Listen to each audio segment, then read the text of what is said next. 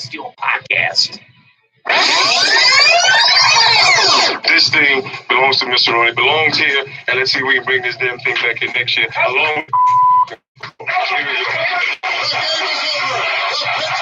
game is over. The Pittsburgh Steelers did it the hard way.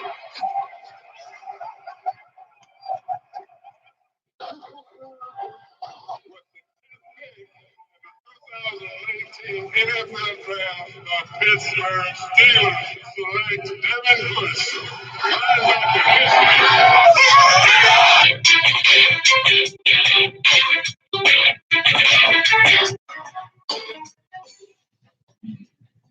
And welcome back, everybody, to this edition of the Metal Steel Podcast. It is Victory Monday here, as the Steelers have completed 3 games. They are perfect 3-0 as they get ready to tune up a little bit closer to the start of the regular season when they opened up on the road against the New England Patriots.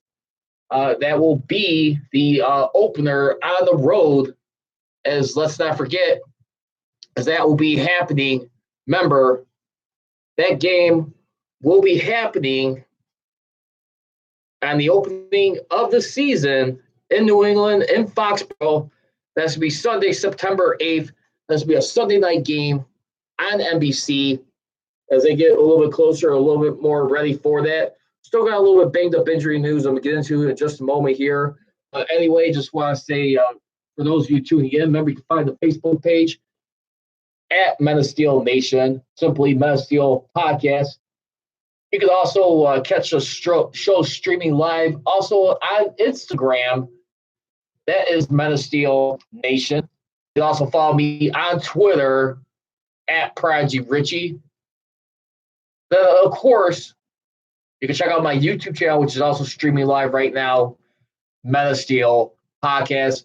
So let's get into it. The Steelers, as a matter of fact, they defeat the Tennessee Titans last night with a final of 18-6. And boy, let me just tell you, the Steelers' defense has probably looked as dominant as I've ever seen.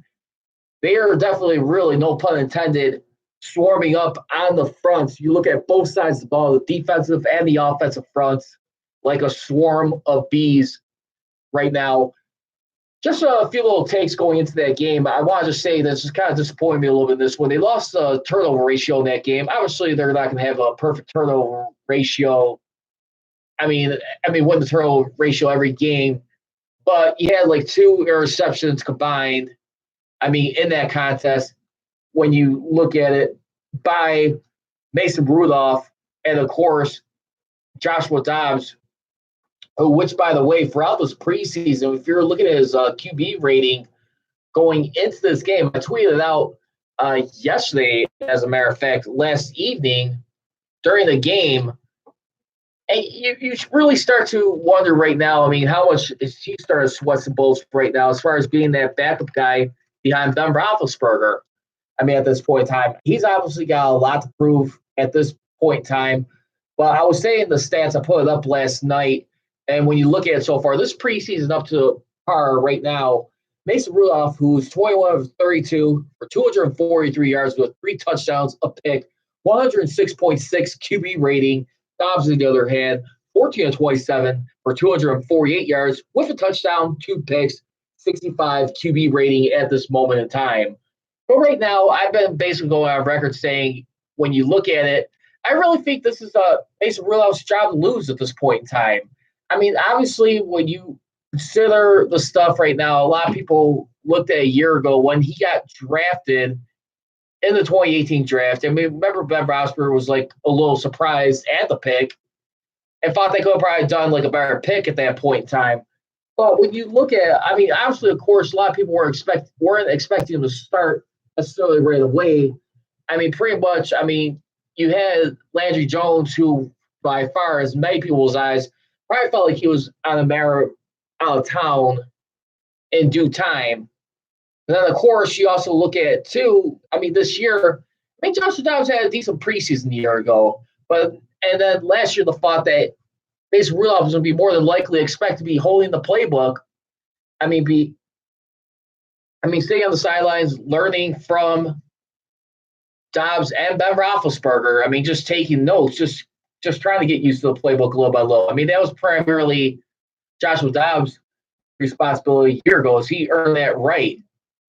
I say right now, barring anything crazy in the final game, I think Mason Rudolph edges it out right now. It's still a big wait and see. I mean, I think the only part that has not helped, I think, Dobbs' case so far in this preseason, like I said, you put up the big statistic right there, and you look at, I mean, those 2 picks so far in the preseason, it's only 1 touchdown to show for it. Meanwhile, while you got Mason Rudolph, who has been having 3 touchdowns so far, I mean, it'd be interesting to see like what he does like later on when he get inside with the red zone and everything. But I will say this, I just definitely feel like right now is definitely more sharp. You also got to see on display too, once again, the chemistry of the guys when they go work together. And I'm talking about none other than Mason Rudolph and his running mate, James Washington, which, by the way, has been having a whale of a preseason so far when you look at this team overall. And I want to say, I mean, so far throughout this preseason, what he's been able to do, get himself in the proper shape that he's been needed to get into. I mean, obviously, a lot of rookies, they expect to make a big, immediate impact splash. But, I mean, for like 3 straight preseason games so far, I mean, when you look at it, James Washington, without a doubt, so far, I mean, he has been, at this point in time, to say the least, the number 1 receiver. So, I mean, he's definitely making some strides right there, along with Dante Moncrief.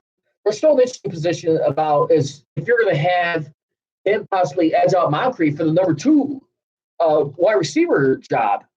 I mean, who knows? I mean, like I said, this Steelers offense right now is going to definitely be primarily featuring right now with Ben Roethlisberger's weapon. Of course, you're going to be having Juju Smith-Schuster, who's been a great backbone support for Antonio Brown. And then, of course, I mean, Vance McDonald, who's definitely really been stepping up as tight end in the last few years. I mean, that's probably like the only comparable, I mean, someone close to replace me come to a guy like Keith Miller because he's so durable. And, of course, you got Zach Gentry, who I thought has been doing impressive so far. Low by low, makes some key grabs every now and then. Good, decent ones in the red zone at that point in time. But like I said, I think the only thing is right now we have to take a look at when we break down the Steelers-Titans game. Like I said, the only thing that just kind of rattled me a little bit, this time they were 1 for 3 in the red zone. And they had, I mean, 2 picks. So they lost the turnover battle in that game. And once again, for like the second time out of 3 preseason games, I mean, they lost the time of possession. But I mean, at the same time, too, you also look at like what they made up for it on the defensive end. I mean, my gosh, I mean, you're having like 7 sacks in that game on the Titans. They cut the shutout in the sack department in the pass rush. I mean, you're able to earn on that day, I mean, 7 sacks right now for about 47 yards, which I really thought was pretty decent. I mean, when you really consider it, I mean, the defense overall, I mean, just everybody was just all in right there. Even Stephon Tuitt right there earlier in the game, too. He was getting on a nice safety in the end zone, which helped them get their first pair of points on the board, a safety. And I just felt like right now, I'm just watching this defense and the way they're defending, not just passing, but rushing. But Chris Collinsworth even put out, everybody's favorite broadcaster, by the way. I'm just kidding. But how they are starting to become noticeably faster right now. I mean, that's one thing that's definitely being noticeable. I mean, where you can't argue they haven't made their strides. And then you just look, and you just, the only thing you're just looking about is trying to see if the guys, your main stars, your core, would stay all healthy in one piece. I think that's just got to be the biggest thing right there, where you want to look at it. Just make sure everyone stays healthy. I think for the most part, I mean, it's looking so far so good. But when you also look at, too, I mean, just give you an update on some of the injuries real quick here. And this was following the game last night, like about an hour or so after. As reported by Steelers reporter Missy Matthews, who's also the host of Steelers Live. You can be followed on Twitter at Missy_Matthews. Coach Tomlin said Sean Davis' ankle and Bud Dupree were injured in last night's game. Sean Davis has got an angle that's being evaluated. Steelers head coach Mike Tomlin said during his post-game press conference, I think Bud's got a thumb. I don't know how significant that is. We just pulled him out when it happened. Some of the other things we'll check along the way. But, yeah, I think definitely that's one thing to keep an eye on right now. I mean, of course, I think injuries are going to be happening.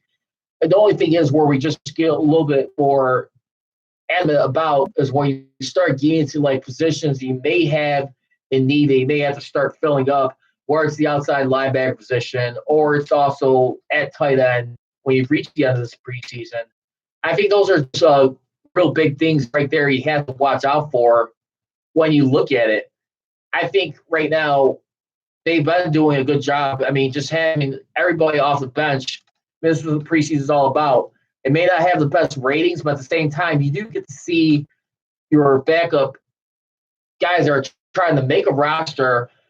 And I don't have any issues too much with a preseason. Yeah, it's still a little bit some boring games, but I'll tell you what, for a guy that's covering this team the last few years or just watching as a fan, a little bit of both, I definitely really enjoy the value of preseason. When you get to see a lot of your roster, like everyone that you can have that could possibly make in this team, make some strides. Guys you can pay attention to for later on that can make an impact. I mean, another guy, too, you're also looking at right now when you look over here throughout the season who has been making some good strides as well, too. I pointed this out yesterday with some of my friends, and the guy who I'm talking about right now, who I was looking at, that is also another undrafted rookie. I mean, right now, you got Tuzar Skipper, who's playing pretty solid so far. I mean, who has, like, so far a total of 9 tackles, 3 sacks, 3 tackles for losses. I think that's another guy right now. I mean, if things don't work out with Ola Adaney, who's to say he may not be placed on injury reserve for back-to-back seasons to start? I really start to wonder about that. If that torn meniscus being out for, like, about at least, I mean, like 3 to 4 weeks at that point in time, I definitely feel like right now it's something you got to be a little bit more careful. You got to be a little bit more constant at this point in time. And I really got to think right now, I mean, he's a guy who's definitely been so far, I hate to say it, but he's been a little bit injury prone so far right now. And I really hope he's able to snap out of it, really able to get some core stuff out here. I mean, let's wait and see. I think for right now, when you look at it, I mean, yeah, I mean, we'll see what happens. And let's find out. But, yeah, I definitely feel like right now, I mean, we'll see what happens in due time if he's able to survive, if he's able to be a healthy scratch and be able to be ready to go. Hopefully it's not nothing like long-term where he's be out for a significant amount of time when you look at it. I mean, this is a guy right now, like I said, who's trying to keep himself in the best shape. I mean, he's good, like a fast starter and a good finisher, like Tombo would say. But at the same time, when you look at it, too, as far as like what else he could do, I definitely feel like right now he is a guy you have to pay attention to if he's going to be having any availability. And that's like what you always say. When you look at a guy, what's so much important about a guy's ability, it's also his availability. And that's definitely always going to be a key thing.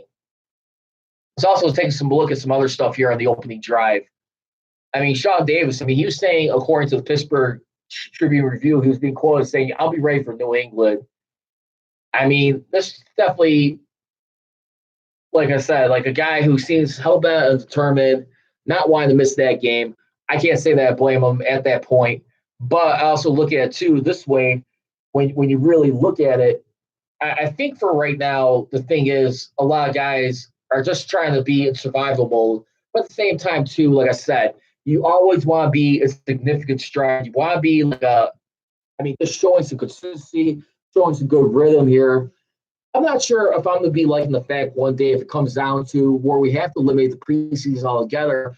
I don't mind having it just be down to 2 games, but I tell you what, at the end of the day, like Bob Labriola would point out, there are rookies who are coming out of like the college or the high school ranks, more particularly the college ranks, trying to get into the pro system and have a better understanding what it takes to develop when you get into this.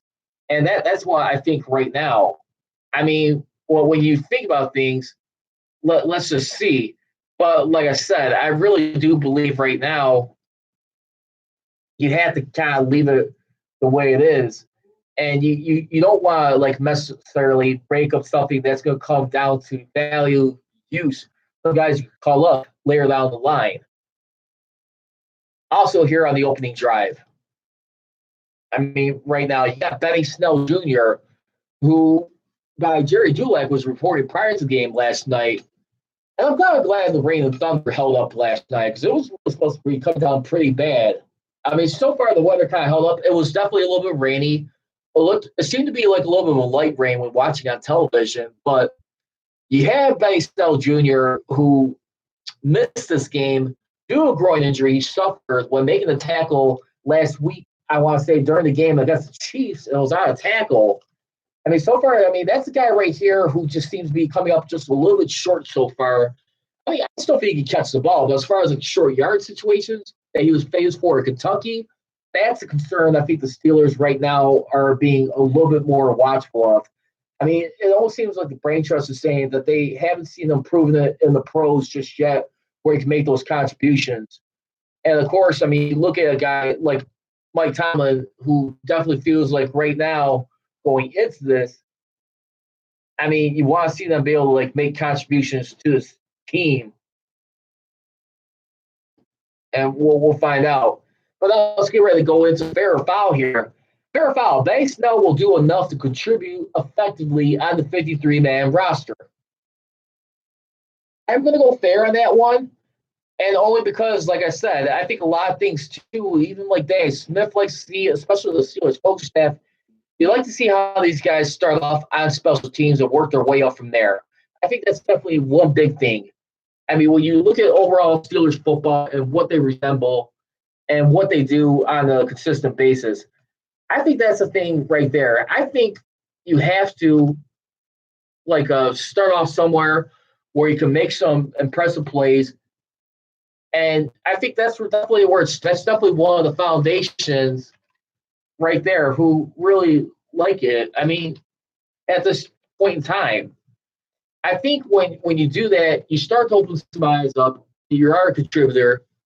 You can help your team out in big ways. And speaking of special teams, let's also take a look at some guys here too, who when we look at, I mean, Chris Boswell's been having a perfect preseason so far. He hasn't been missing any of his kicks. So far, it seems like I mean, for doing anything crazy in the last game when they take on the Panthers, I mean, this Thursday, before we get down to cut day, I mean, if he gets beat out for that job at Matt Wright, I don't foresee that happening. I think definitely Chris Boswell makes the team. I think if anything, I think he's definitely done enough. I mean, when you got a guy who's being owed altogether like $3 million on that, I feel like Chris Boswell, I mean, he's so far proving, I mean, even though it's preseason, not holding my breath just yet, but let's see what happens when we get back to the regular season and see what he can really do. Because I definitely feel like right now, he is a guy right here who is so much vital. I mean, like I always say, when you always want to talk about a kicker, a guy whose job is just to kick the ball, go out there and kick the ball, guess what? Those little kicks right there can either make you or break you or ruin a pretty drive that comes out and can put you up on the map on things. And if you're not going to sell for a touchdown, trust me, I think Boswell's good to go. Let's give him the benefit of the doubt for right now. He's had a bad year last year, obviously, but at the same time, too, I mean, I think everyone has down years. Let's give him a shot so far. I mean, we have to. I think he's definitely done a lot. And I think it's definitely he's been working on some of his routines, his kicks. He's definitely been working his butt off so far when you really look at things. So, but Snell, I'm going to say fair. He's going to make a contribution, but it's going to be more so on special teams start off his career. He'll develop, but just not right now. See the running back rotation just be the way it is. You're going to see James Conner right there be the feature guy, followed by Jalen Samuels, Trey Edmonds, and we'll see where it goes from there. But also, too, fair foul topic number 2 here. Will one of the backup quarterbacks, more in particular, I'm not going to say Rudolph, but more in particular, Josh Dobbs, who's been having a struggle of preseason, him or Devlin Hodges, maybe someone like the Indianapolis Colts, may come to the Steelers and want to work a deal out. I'm going to have to say fair on that one for right now. I mean, listen, you got Andrew Luck, who's been retired right now, who actually made a stunning announcement during the game. I mean, it maybe wasn't so much stunning when you think about it, and all the time that he's been with the Colts. I mean, obviously he's been nicked up for a lot of years. And you look at Jim Irsay and everybody in that Colts organization, you had so many opportunities to protect this guy. I mean, when you look at a guy like Ben Roethlisberger, who's got like the third most highest sacks in the NFL history, which, by the way, he's going to have that record broken in a matter of time. We'll see. But, I mean, you got Brett Favre, the all-time sacked quarterback with 525. And I think he had, like, John Elway with about 512, 516, somewhere along that line. But then you got Ben Roethlisberger at 501 sacks, the most all-time right here. I just want to just say a little friendly shout-outs real quick to people who are tuning in. Lenny, he just wants to say, really would love to see Hodges stay. I believe he's better than Dobbs. Yeah, I think so. I just think Dobbs right now, he's the guy who's got a little bit more to prove right now. I'm not necessarily saying he's in the doghouse right now, but again, you're having 2 picks so far this preseason. I mean, yeah, you're outpassing your guy, Mason Rudolph, by barely about 5 yards.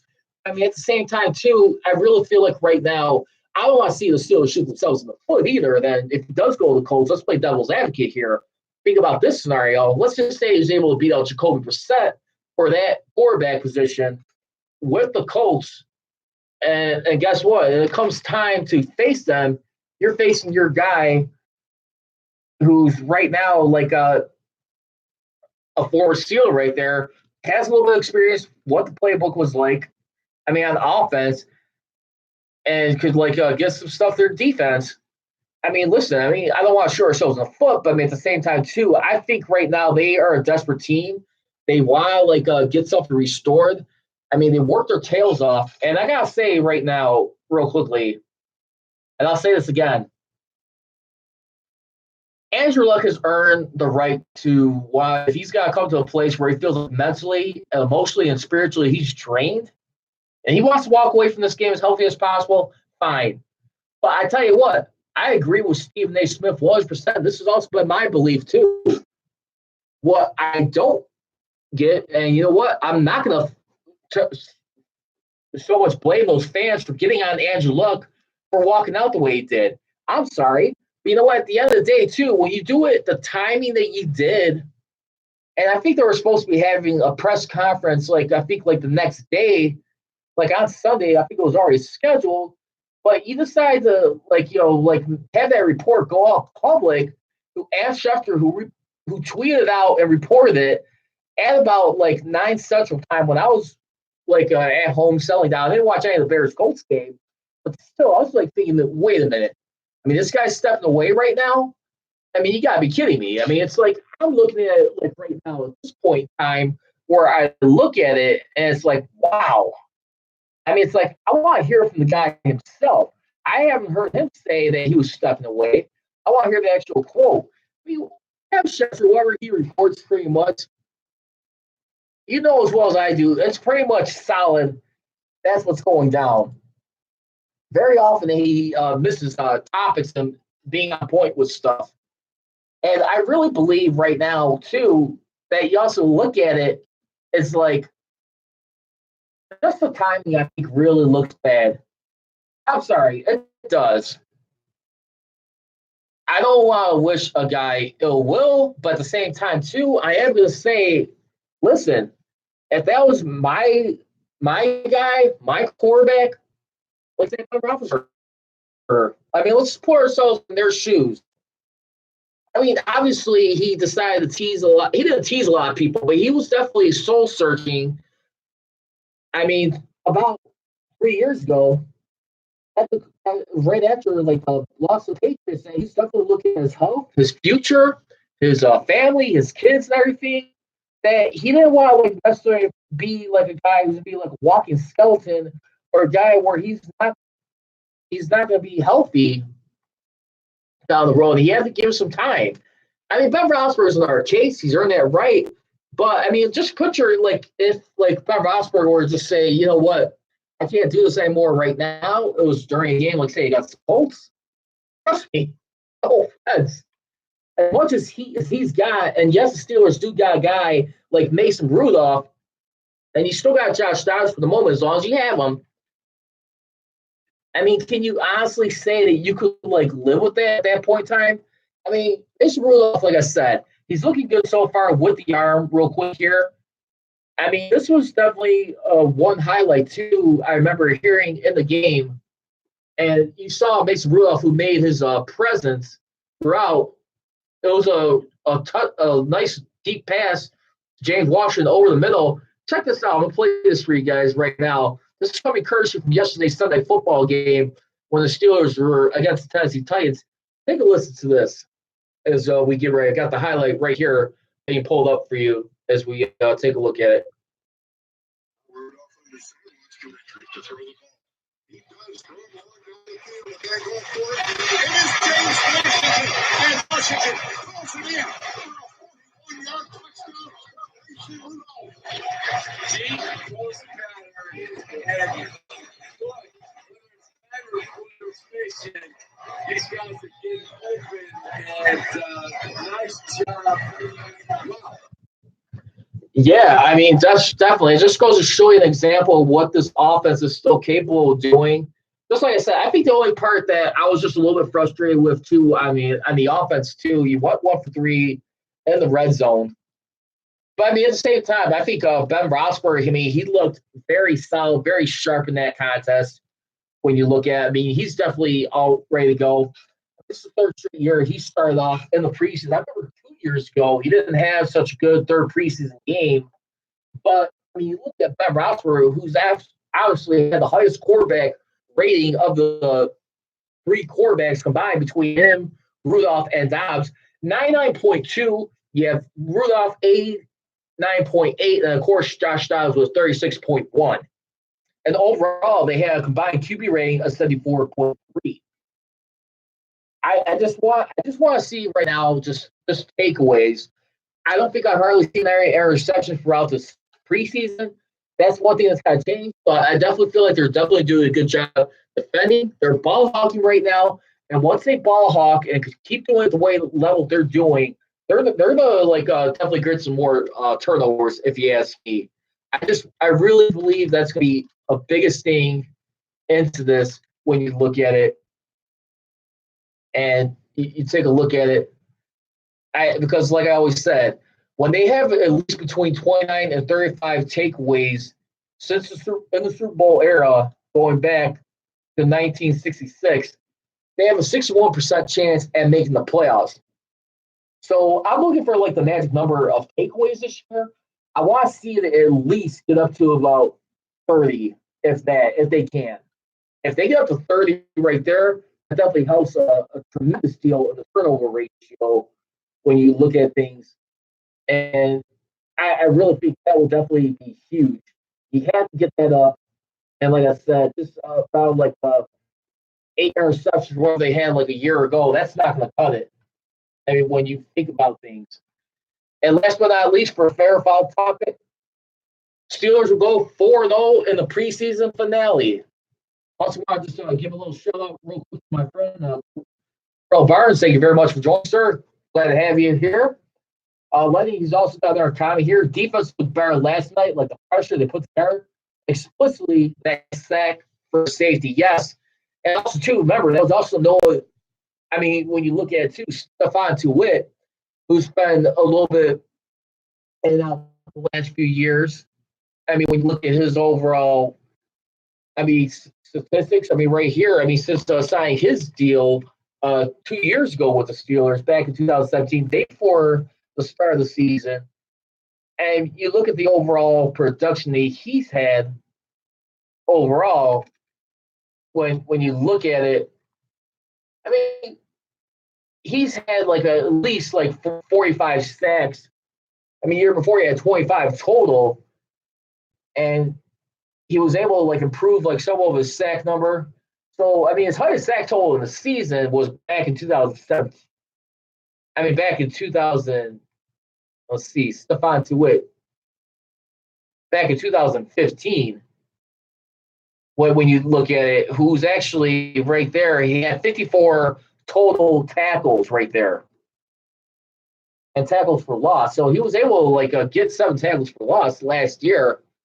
I think if anything, he's definitely going to be a key guy to pay attention to once again as we continue to get rolling here as we look at things. But he was going, maybe just decided to slow it down a little bit more. Like I said, I'm really hoping for like a guy like Benny Snell Jr. He could definitely make some more big contributions down the stretch here. And again, as always, you guys can follow me on social media. You can hit me up on Twitter at Project Richie. And you can also follow me on Instagram, Mass Steel Nation, and also my personal Instagram account, which is Project Richie. And last but not least, my YouTube channel, which you can also catch streaming live on Mass Steel Podcast. All right, as always, leave you. Let me Troy. You're rolling. Here we go, Steelers. Here we go. I got it.